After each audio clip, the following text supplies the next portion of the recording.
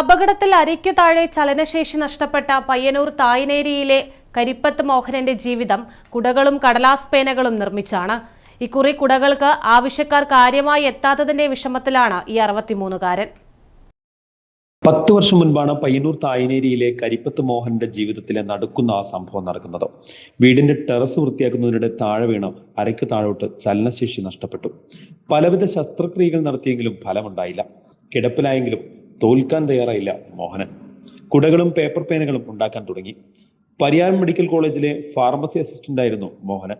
പഴയ സഹപ്രവർത്തകരെല്ലാം സഹായഹസ്തം നീട്ടിയതോടെ മോഹനന്റെ കുടകൾക്കും പേനകൾക്കും ആവശ്യക്കാർ ഏറി വന്നു. പേപ്പർ പേനകളിൽ ഒരു വിത്ത് കൂടി ഒളിപ്പിച്ചു വെച്ചിട്ടുണ്ട് ഇദ്ദേഹം. കില പോലുള്ള സ്ഥാപനങ്ങൾ പോലും മോഹനന്റെ പേപ്പർ പേനകൾ എടുത്തിരുന്നു. എന്നാൽ ഇക്കുറി പേപ്പർ പേനകൾക്ക് ആവശ്യക്കാർ കുറഞ്ഞു. കുട, പേപ്പർ പേന, ഇതാണ് എൻ്റെ മുഖ്യ വരുമാനം മാർഗം. പിന്നെ അത് ചെയ്തുകൊണ്ടിരിക്കുമ്പോൾ നമുക്ക് ഇക്കൊല്ലം വെച്ചാൽ കുട മഴ കുറഞ്ഞുകൊണ്ട് ശേഷം കുട പോയത് കുറവാണ്.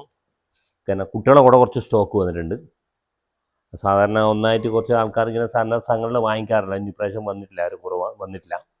ശരാശരി ഒരു കുടക്ക് 1 മണിക്കൂർ ഒന്നര മണിക്കൂർ വേണ്ടി, 1 മണിക്കൂറിന് മേലെ വേണ്ടി വരും ഒരു കുട. ശരാശരി അങ്ങനെയാണ്. കാരണം ചില കൂടുതൽ ഇരുന്ന് കഴിക്കുന്നതിൽ നമ്മൾക്ക് ബെഡ് സോർബ് വരും. ബെഡ് സോർബ് വന്നു കഴിഞ്ഞാൽ പിന്നെ അതിന് പണി കിട്ടും. അതുകൊണ്ട് തന്നെ ഒരു മിതമായിട്ട് നമ്മൾ ഇരിക്കും. കൂടുതൽ സമയം ഇരിക്കാൻ കഴിയില്ല, അതിനൊരു ബുദ്ധിമുട്ടുണ്ട്. പിന്നെ സീസൺ ടൈമിൽ ചൂട് കാലത്ത് വളരെ കുറയിരിക്കൽ. ഇപ്പം മഴക്കാലത്താകുമ്പോൾ ഇനിയും കുറച്ചിരിക്കുക, അത്ര കുറച്ച് തണുപ്പുണ്ടാവും. ചൂട് അങ്ങനെ ബാധിക്കില്ലായിരിക്കാം. ഏറ്റവും നല്ല മെറ്റീരിയലുകൾ കൊണ്ട് ഗുണമേന്മയുള്ള മനോഹരമായ ഈട് നിൽക്കുന്ന കുടകളാണ് മോഹനൻ നിർമ്മിക്കുന്നത്.